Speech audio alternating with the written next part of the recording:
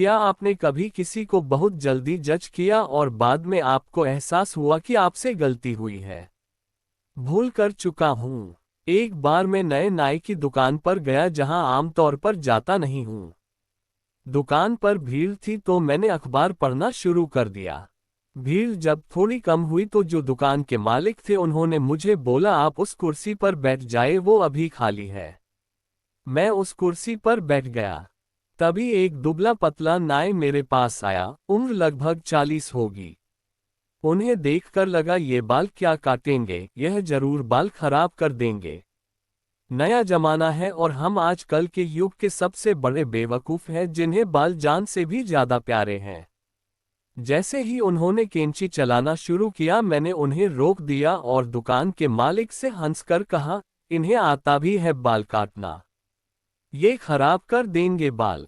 इतने लोगों के बीच में ऐसी बात बोलकर पछतावा तो हुआ, परंतु जिस नाई को मैंने बोला वह मुस्करा दिए। अगले आधे घंटे तक उन्होंने बाल काटे। यकीन मानिए मैंने आज तक बहुत नाई देखे हैं जो जल्दी से काम खत्म करके दूसरे ग्राहक को बैठा लेते हैं, परंतु ये नाई पूरा अलग, जो एक एक बारीकियां देखकर बाल काट रहे थे। बाल काटने के बाद उन्होंने सिर को मालिश करना शुरू कर दिया।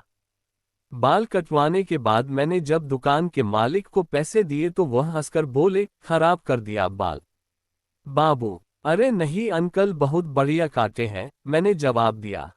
हाँ, 10 से 15 साल से करता है इसलिए तो बहुत अच्छा काटता है, दुकान के मालिक ने कहा। उस दिन मन किया एक बड़ा सा गड्ढा करके उसी में कूद जाऊं। पछतावा बहुत हुआ। पैसे देने के बाद मैंने उन अंकल के पास जाकर माफी मांगी और अंकल हर बार की तरह फिर मुस्कुरा दिए।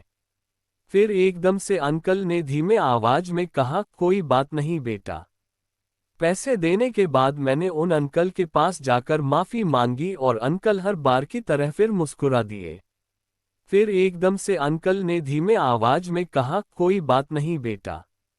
उस दिन से मैं हर बार बाल उसी दुकान और उन्हीं अंकल से कटवाता हूँ, चाहे भीड़ कितनी भी क्यों ना हो या चाहे कोई और नाई खाली क्यों ना हो। मुझे अभी भी उन्हें इतनी जल्दी आंकने जज करने का अफसोस है। मुझे उनके कौशल पर संदेह था। इसलिए दोस्तों, किसी को बहुत जल्दी जज मत करो। दयालु रहो, सबकी मदद करो, खुशियां फैलाओ।